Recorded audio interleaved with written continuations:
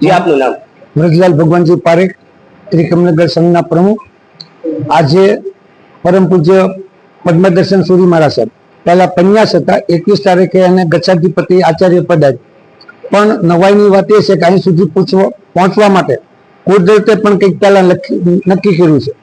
સાહેબજી dead થઈ ગયા હતા, ઘરે નાની વસ્તુ પણ આવી ગઈ હતી, પણ એમના પપ્પાને શંખેશ્વર પાર્શ્વનાથ ઉપર એટલી અસીમ શ્રદ્ધા, સાહેબનું ભગવાનનું નામ લઈ એના મોઢા પર પાણી સાચ્યું અને મહારાજ સાહેબ ઊભા થયા। એટલે કુદરતને પણ એવું છે કે જૈન શાસનને એક આવો હીરો ભેટ આપવાનો।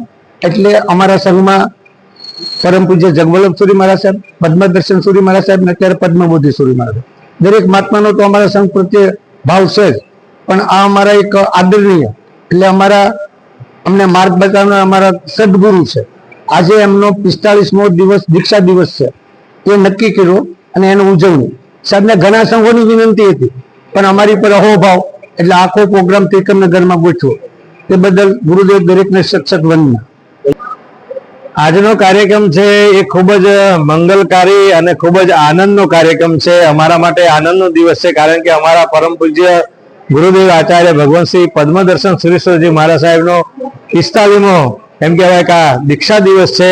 અને પરમ પૂજ્ય આચાર્ય ભગવાન એ બન્યા છે, પહેલા પન્યાસ હતા, હવે આચાર્ય ભગવાન બન્યા છે।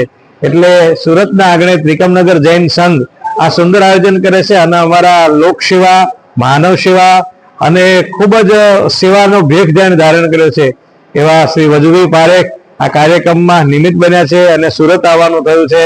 એક કલાકાર તરીકે, એક સાહિત્યકાર તરીકે, હાસ્ય કલાકાર તરીકે મને ખૂબ જ આનંદ છે કે મારે આવા પૂજ્ય ગુરુદેવના ચરણોમાં બેસી અને જીન શાસનના ગુણ ગાવાના છે। અને તમારી ચેનલના માધ્યમથી આ એક સુંદર મેસેજ સુરતના અને આજુબાજુના રહેવાસીઓને પણ જાય, કારણ કે જીન શાસન છે ઉત્તમમાં ઉત્તમ ધર્મ છે, એમાં અહિંસા કરુણાને પ્રથમ સ્થાન છે। 2600 વર્ષ થયા ભગવાન મહાવીર સ્વામીને, છતાં આજે પણ એમના સંતો પગમાં બૂટ નથી પહેરતા, ફોન નથી વાપરતા, લાઇટનો ઉપયોગ નથી કરતા અને એવા કડક નિયમો પાળી આજે પણ આ ટેકનોલોજીના યુગમાં પ્લેનમાં પણ નથી બેસતા, વાહનમાં પણ નથી બેસતા, ત્યારે આપણને ખરેખર વંદન કરવાનું મન થાય કે આવા સંતોની